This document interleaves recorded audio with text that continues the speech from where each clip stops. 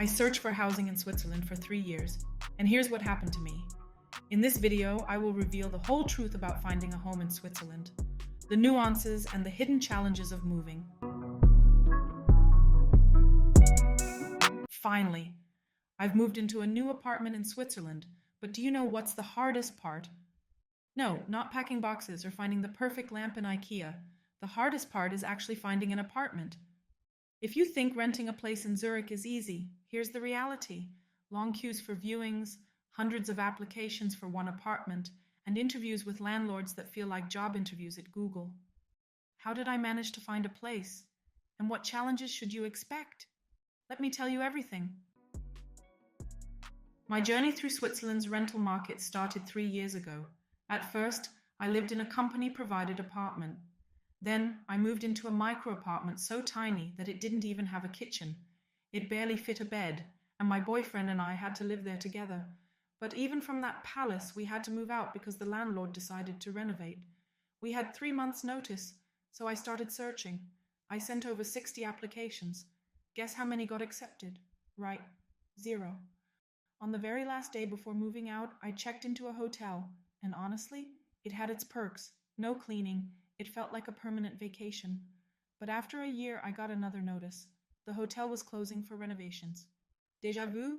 Then something incredible happened. We applied for one apartment and got invited for an interview. It felt like winning the lottery, but I still couldn't believe it. Fun fact, buying an apartment in Kiev was easier than renting one here. Swiss landlords are obsessed with order. Before applying, you need to prepare this massive pile of documents. Copy of your passport, residence permit, work contract or bank statements, debt clearance certificate, Betreibungsauszug, and a motivation letter. Yes, you need to convince the landlord that you're the perfect tenant. Something like, I am quiet, responsible, and my dream is to water the plants on your balcony. If you're a freelancer or new to Switzerland, it's even harder. That's why many people start in a hotel or rent a room in a WG shared apartment.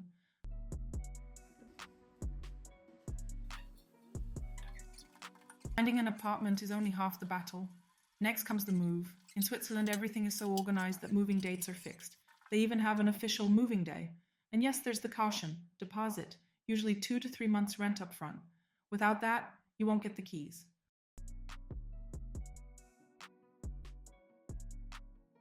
To live happily in a rented apartment here, you need to follow some strict rules. 1. Quiet days. On Sundays, you cannot vacuum. Otherwise, expect a formal complaint from your neighbors.